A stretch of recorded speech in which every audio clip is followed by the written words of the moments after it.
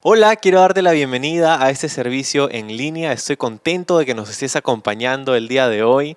Me encanta que a través de tiempos como estos podemos utilizar la tecnología para conectar entre nosotros, pero también para poder poner este mensaje y literalmente en cualquier parte del mundo. Si nos estás saludando desde cualquier lugar, en realidad déjanos un saludo en los comentarios, déjanos saber que estás ahí.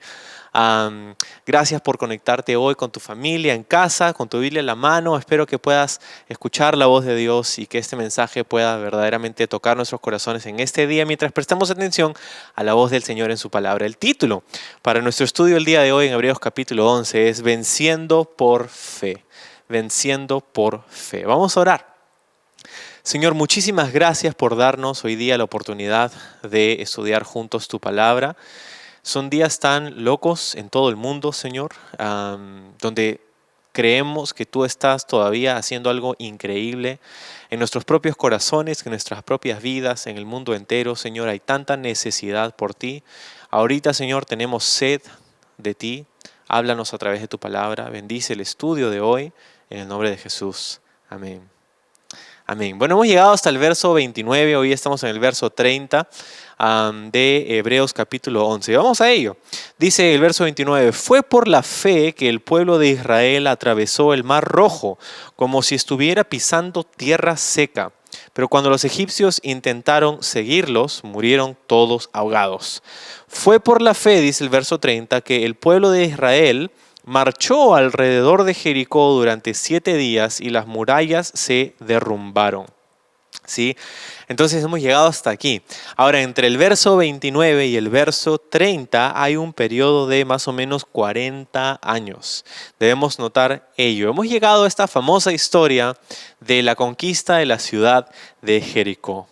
¿Sí? Ahora, acuérdate del contexto de todo esto. Lo que estamos leyendo en el libro de Hebreos es parte de es una carta que fue escrita para los cristianos que vivían en Jerusalén, en Judea, cristianos judíos que habían salido de este trasfondo, ¿no? Donde, bueno, estaban experimentando cierta persecución y ciertas dificultades por justamente haber puesto su confianza en Jesús como el Mesías de Israel.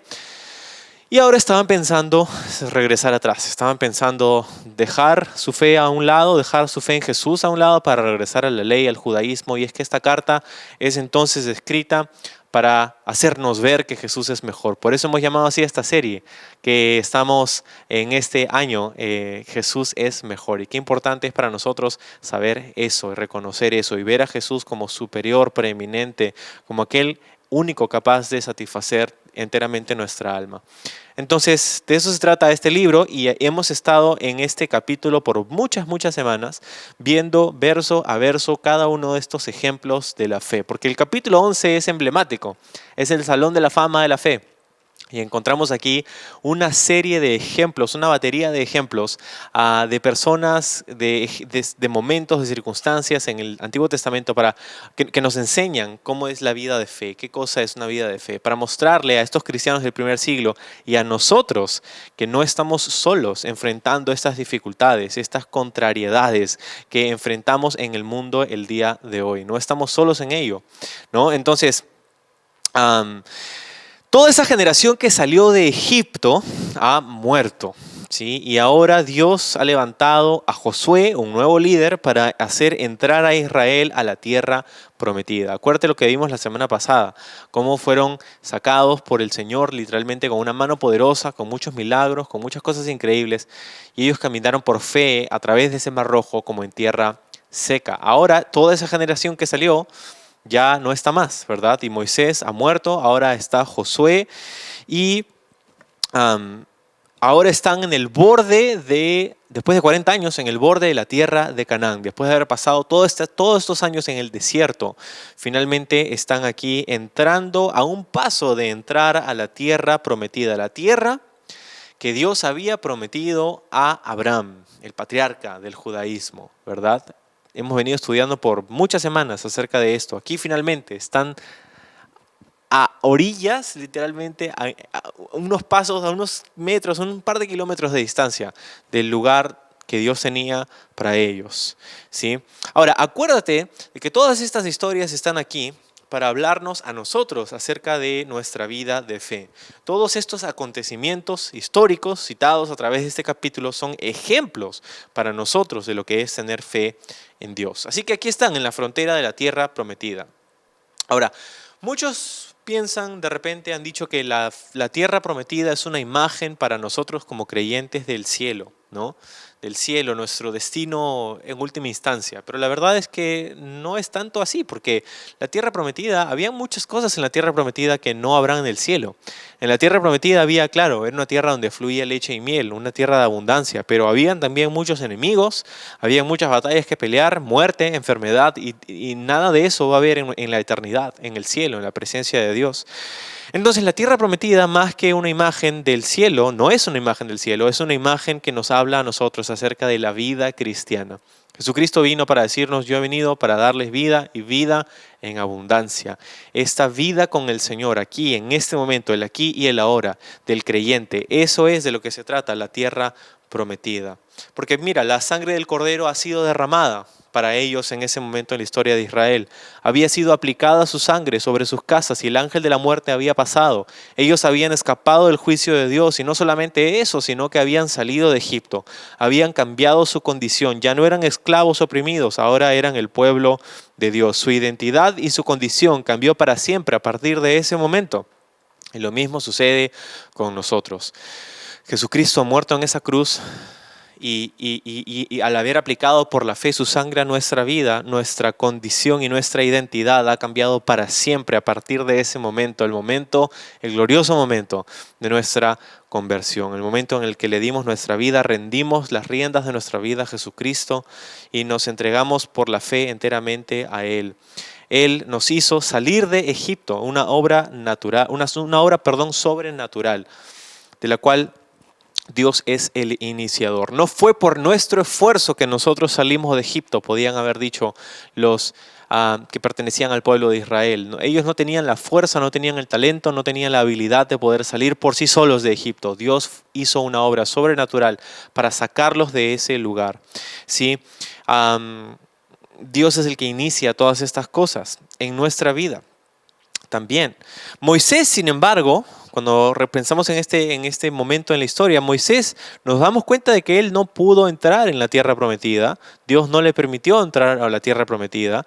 Y es una imagen importante porque Moisés representa la ley, ¿sí? Y la ley no puede llevarnos a la promesa.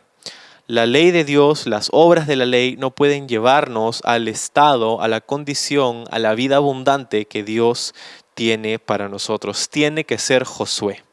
Tiene que ser Josué. Y así es que el primer libro de la Biblia llamado por el nombre propio de una persona es el libro de Josué, que es la misma raíz de donde viene el nombre de Jesús, Yahshua, Josué, ¿verdad?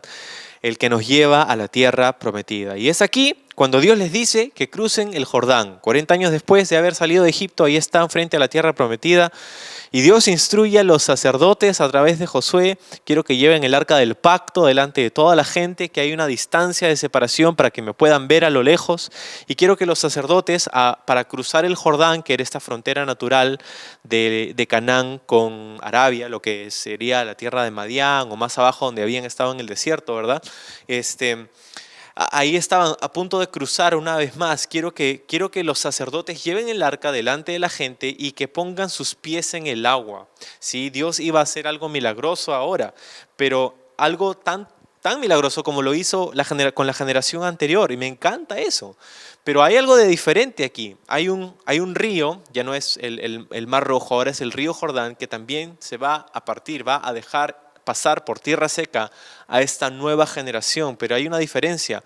En el Mar Rojo, Dios le dijo a Moisés que levante su cayado y que las aguas se partirían delante de sus ojos. Pero aquí les dice a los sacerdotes que entren al agua, que mojen sus pies, que pasen por ahí y que las aguas se estancarían en un lugar para dejarlos pasar por tierra seca, y eso es lo que termina sucediendo. Y me encanta esto porque nos muestra que Dios está interesado en seguir haciendo una obra increíble, sobrenatural en nuestra generación. Miramos atrás muchas veces y decimos, mira el avivamiento de allá, mira lo que Dios hizo en esa época, mira lo que Dios hizo hace tantos años, mira lo que Dios hizo en esta parte del mundo. Pero ¿sabes qué? Nos encanta el ver este testimonio de que Dios sigue interesado una generación tras otra de seguir mostrando su poder, de seguir mostrando su fuerza, su naturaleza, cómo Él es misericordioso para con nosotros. Dios quiere seguir haciendo una obra en nuestros días, a pesar de que vivimos en un mundo tan loco. Este 2020 es una locura, ya no podemos esperar a que se acabe. Pero Dios quiere seguir haciendo una obra en nuestros días. Y les dice que una vez que crucen, antes de salir, tenían que agarrar 12 rocas, estas rocas típicas que se encuentran en un río, ¿verdad? Estas rocas grandes, redondas, que tendrían que sacar y apilar a un lado, afuera del río, para hacer el testimonio de lo que les enseñarían a sus hijos, ¿verdad? Sus hijos verían estas rocas y preguntarían, ¿qué fue? ¿Qué es eso? Y tú tienes que enseñarle a tus hijos, le dice el Señor a esa generación, lo que Dios hizo. Me encanta eso también, hay muchísimo para nosotros ahí. Pero lo curioso de todo esto es que también en el primer siglo había un historiador judío que es muy conocido, se llamaba Josefo, y él escribía diciendo que en su día, en el primer siglo, estas piedras todavía eran visibles, todavía estaban ahí, ¿sí? Lo que es interesante porque cuando Juan el Bautista salió, y sabes que Juan el Bautista fue a predicar el mensaje de arrepentimiento ahí a las orillas del río Jordán, en un lugar muy cercano a él estaba predicando y de pronto se acercaron los fariseos, los saduceos, y Juan el Bautista ahí en Mateo 3 les dice, ustedes se jactan de que dice, bueno, nosotros somos hijos de Abraham, ¿no? Y Juan el Bautista le dijo, no pienses decir dentro de ti, Abraham tenemos como padre, porque yo les digo que Dios puede levantar hijos de Abraham aún de estas piedras, ¿sí? Y hay posibilidad de que eso en realidad, estas piedras que dice aquí eran las piedras del libro de Josué, del tiempo de Josué. Lo que es curioso, este monumento a la obra que Dios había hecho, un testimonio de que Dios todavía sigue haciendo y todavía quiere hacer una obra entre nosotros. Pero ahora entonces cruzaron, ¿sí? Ahora cruzaron y están ahí. Pero lo que pasa es que ahora Israel está en territorio enemigo. Han cruzado milagrosamente el río Jordán y Dios les ha dicho que estas tierras y estas ciudades serían suyas. Pero ellos no eran un ejército entrenado para la batalla, piénsalo. Eran nómadas que habían vivido todas sus vidas en el desierto. No sabían cómo empuñar una espada, no tenían mucha puntería con arco y flecha y ciertamente no tenían arietes para derribar las murallas de esta ciudad que se encontraba delante de ellos, Jericó. Que dicho sea de paso, eran impresionantes las murallas de Jericó. Se piensa que esta es la primera ciudad de donde todavía hay restos arqueológicos, primera ciudad amurallada de la historia, ¿sí? Entonces había una doble muralla, estaba en un lugar geográficamente impresionante, era un lugar que era imposible conquistar por un grupo de nómadas que habían salido del desierto. Y quizá, ¿qué podían haber hecho? De repente podían haber pasado un tiempito entrenando ahí, ¿no? Sabiendo como Jedis, ¿no? Podían haber pasado un tiempo entrenando, de repente por ahí contratar a un coach, un entrenador físico que les haga hacer ahí unas sentadillas, unas cosas, ¿no? Pero ¿qué es lo que Dios les dice? Para conquistar a estos enemigos, les dice a Josué que vaya y que circuncide a todos los varones de guerra que habían nacido en el desierto. ¿Ah? Sí, Dios les dice que vaya y que haga esto primero. ¿Sí? Así que genial, ahí tienes a todo tu ejército que no se podía mover por un buen tiempo después de esta dolorosa cirugía. Entonces, en medio de todo eso, imagínate, tienes a tu ejército postrado sin poder hacer nada, acaban de cruzar, los enemigos están mirando desde Jericó, saben exactamente lo que está pasando, están preparándose, han cerrado las puertas, han cerrado las murallas, han puesto sus arqueros, están listos para defenderse y ellos están ahí tirados en el piso. Así que Josué lo que hace ahí en el libro de Josué es que va y comienza a pasear muy cerca a Jericó, comienza a pasear y seguramente estaba planificando, pensando, orando, desesperado, no lo sé. Estaba ahí caminando, nos dice, cerca a Jericó, cuando de pronto levanta su mirada y ve a un hombre cerca a él con una espada desenvainada. Y Josué se le acerca y le pregunta, ¿tú estás con nosotros o estás con nuestros enemigos? A lo que este hombre responde y le dice, no. No, ¿No qué? No, no. Le dice, no, sino que soy el príncipe del ejército de Jehová. Qué increíble este encuentro. Así que Josué se postra y lo adora.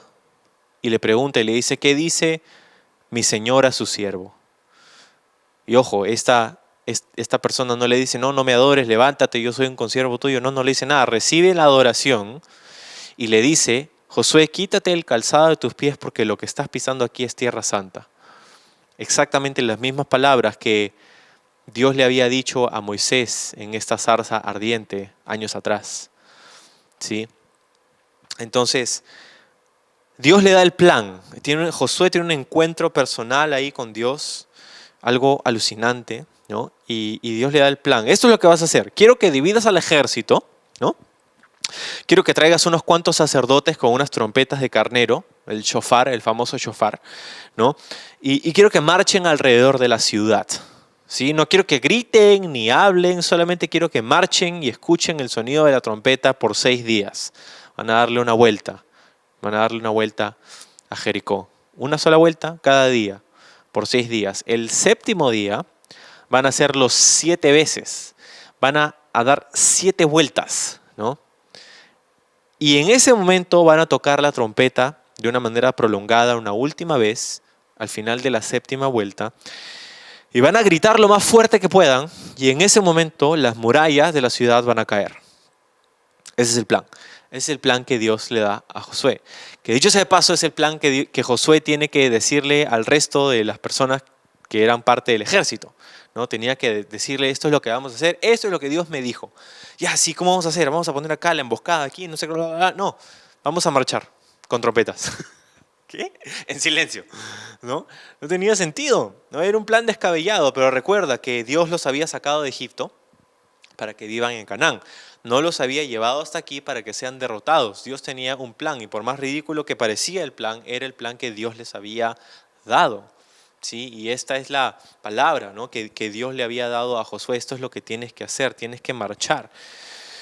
Esto es nuevo, es diferente. Tenían que luchar y tenían que ganar, pero nunca habían hecho esto antes. Y sinceramente las probabilidades estaban completamente en su contra. Pero esto es lo que hace el Señor. ¿Sí? Me parece increíble porque, en verdad, todo el mundo, todos tenemos un Jericó. Jericó no solamente era la primera ciudad que debían conquistar, sino que era una ciudad que se encontraba al centro de la tierra prometida. Era la ciudad modelo de alguna manera que debían conquistar para poder vencer al enemigo. Y todos nosotros tenemos un Jericó. Dios te ha liberado como creyente, te ha traído a la tierra prometida, pero hay un enemigo invencible adentro de la tierra. ¿Sí? Algún pecado interior, quizá. Ansiedad, lujuria, abuso de sustancias, ira, amargura, falta de perdón. Hay algún enemigo ahí que no has podido derrotar. ¿Cómo se supone que vamos a vencer? ¿Cómo se supone, Señor, que voy a tener victoria? Dios les dice, quiero que camines conmigo. Tienes que traer el arca y quiero que camines conmigo. Vamos a marchar alrededor de la ciudad. Quiero que te canses, ¿sí? Quiero que te canses.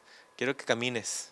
Y el séptimo día, después de 6 días de haber hecho esto, quiero que lo hagas 7 veces, como para que no quede ni una gota de energía en ti, para que sepas algo, para que entiendas algo, para que te des cuenta de algo. ¿Y qué es eso? Para que te des cuenta de que no tienes tú las herramientas necesarias para lograr esto.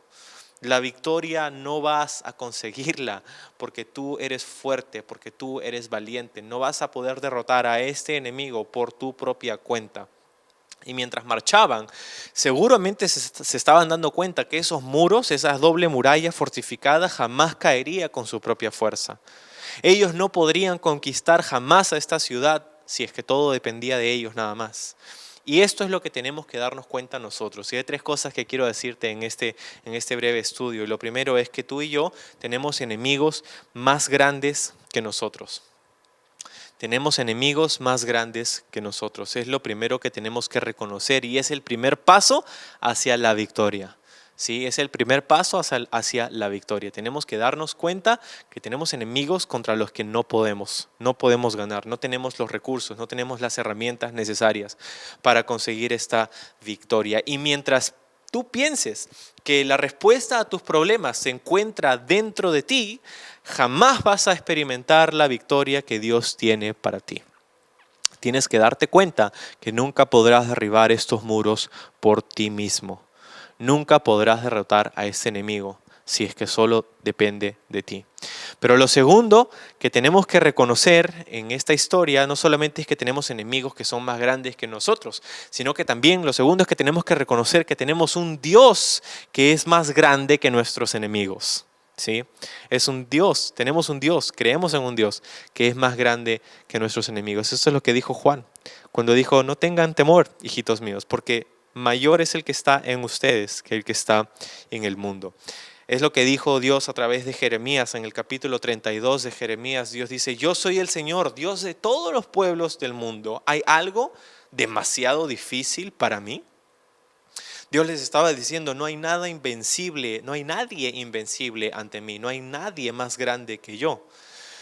Entonces, parte de la razón por la que quiero que marches es para que veas que aunque aún lo que tú consideras imposible ni siquiera es difícil para mí. Y eso es lo que tienes que creer. ¿Sí? Tenemos que armarnos de ese pensamiento. Tenemos enemigos que son más fuertes que nosotros, más grandes que nosotros, pero tenemos un Dios que es más grande que nuestros enemigos. Y lo tercero que tenemos que darnos cuenta en esta historia es que podemos experimentar victoria cuando obedecemos sus planes por la fe. Podemos experimentar victoria cuando escuchamos su palabra y la ponemos por práctica, por la fe. ¿Sí? Es cierto que el plan no tenía mucho sentido, pero era Dios quien había hablado. Y ciertamente cuando Dios hace algo sobrenatural, muchas veces nos pide que hagamos algo que no tiene mucho sentido. Le dijo a Noé que construya un arca. ¿Un arca? ¿Qué es un arca? Nunca ha llovido. ¿Qué cosa es un diluvio? ¿Verdad? Le dijo a Elías que le pidiera a una viuda su última comida. Señor, ¿pero qué va a pensar de mí? Que estoy tratando de aprovecharme de esta situación, Señor, pero esto y el otro. Y podía haber puesto 1000 excusas, pero es la palabra que Dios le había dado. Y así como con Noé hizo algo increíble y preservó sus vidas, así también con esta viuda, con esta mujer, preservó sus vidas y proveyó de una manera sobrenatural cuando ellos supieron honrar a Dios primero. Le dijo a Naamán, el sirio, que se bañara en el río Jordán. El río Jordán, pero ese es un río que parece está lleno de lodo y de tierra. ¿Qué voy a hacer yo ahí? Hay ríos mejores en Siria, mejor me baño en un río más limpio. No, quiero que te vayas y bañes en el río Jordán si quieres ser sanado de tu lepra. ¿Sí? No tenía sentido. Le dijo a Josué que marchara por una ciudad. No tenía sentido militarmente. Y también nos dice a ti y a mí algunas cosas bastante locas el Señor.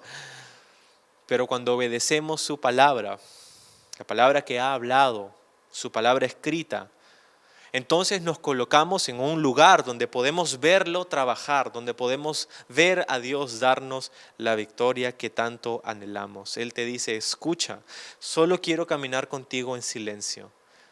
Te daré la victoria si tan solo marchas conmigo, si tan solo caminas conmigo.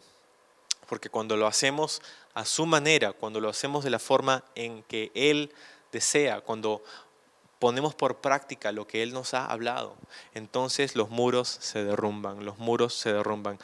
Hay un par de versículos y con eso vamos a terminar. Miren lo que dice 1 Corintios 15. Dice: pues el pecado es el aguijón que termina en muerte. Y la ley, Moisés, le da al pecado su poder. Pero gracias a Dios, dice Pablo en 1 Corintios, Él nos da la victoria sobre el pecado y la muerte por medio de nuestro Señor Jesucristo. ¡Wow! Él nos da la victoria sobre el pecado y la muerte. No dice por nuestros esfuerzos, porque nos entrenamos, porque somos fuertes, porque somos campeones, porque vamos a vencer, porque somos especiales. No. Él nos da la victoria. Él nos da la victoria. No dice, tú consigues la victoria. No, Él nos da la victoria sobre el pecado y la muerte por medio de nuestro Señor Jesucristo. Y primera de Juan capítulo 5 dice, porque todo lo que es nacido de Dios vence al mundo, y esta es la victoria que ha vencido al mundo. Dice, mira, nuestra fe. No dice, no nuestra fuerza, no dice nuestra habilidad, nuestro talento, qué especiales somos. Dice, la victoria que ha vencido al mundo es nuestra fe. Nuestra fe. ¿Quién es el que vence al mundo sino el que cree que Jesús es el Hijo de Dios? Y esto, yo creo, amigos, es lo que Dios está haciendo en el mundo en este momento. Nos ha traído de rodillas para que confesemos que Jesús es Señor, que entendamos que Él es superior, que Él es a quien merece nuestra adoración, quien satisface nuestra alma, aquel que es el único capaz de darnos la victoria. ¿Cómo voy a tener victoria en mi vida, en este tiempo, en este pecado interno, en esto que estoy luchando todavía, en esta coyuntura que estamos viviendo en el mundo entero? Si ya no sé qué hacer, no sé qué va a pasar, estoy desesperado, estoy ansioso, estoy bla, bla, bla. ¿Cuál es la victoria que vence al mundo? Es algo que tan pequeño como un granito de mostaza. Es nuestra fe, nuestra fe, nuestra fe. Porque es el Señor el que nos da la victoria. Y Él nos dice solamente quiero que camines conmigo, que pongas en marcha mi plan. Escúchame, así como fue imposible para ellos, Israel, para ellos escapar de Egipto, ¿sí? Eran esclavos, era imposible que ellos pudieran escapar como una nación de Egipto. Así como era imposible para ellos escapar de Egipto, también era imposible para ellos llegar a conquistar la tierra de la promesa.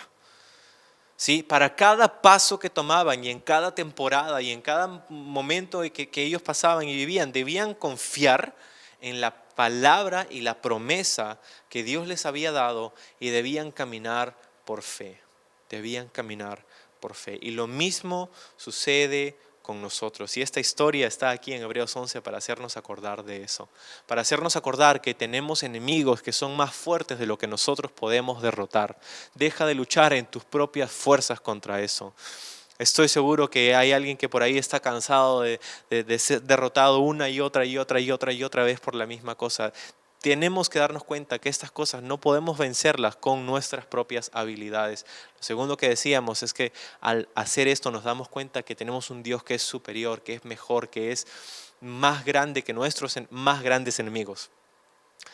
Y que nuestra victoria está en nuestra cercanía e intimidad a Jesús, mientras caminamos con Él cada día. No se trata de una religión, no se trata de una serie de cosas religiosas que tienes que hacer, se trata de una relación personal con aquel que es el capitán del ejército de Jehová, con Jesucristo. Sí, y eso es lo que somos animados a hacer en este tiempo por la fe. Vamos a orar.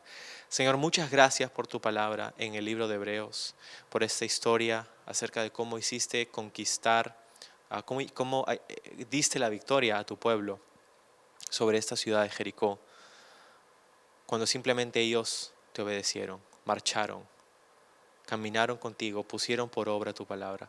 ¿Cuántas cosas hay que nos dices a nosotros que son la clave para nuestra victoria?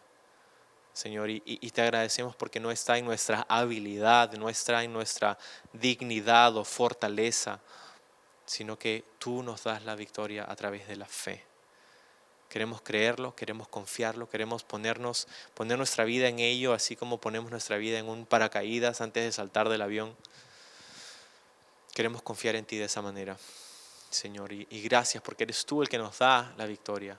Sobre cualquier persona que está luchando en este tiempo, en este momento, sobre cualquier persona que se siente derrotada, desanimada, sobre cualquier persona que tiene alguna lucha, algún Jericó en su vida, en su corazón, Señor. Tú nos das la victoria si tan solo caminamos contigo cada día por la fe. Señor, gracias porque tú nos llevas a esos lugares donde somos confrontados con estas cosas para que entendamos que nuestra única esperanza está en ti, Señor. Gracias por ese ánimo que nos das en tu palabra. Gracias, Jesús, por ser nuestra victoria. En el nombre precioso de Jesús oramos. Amén.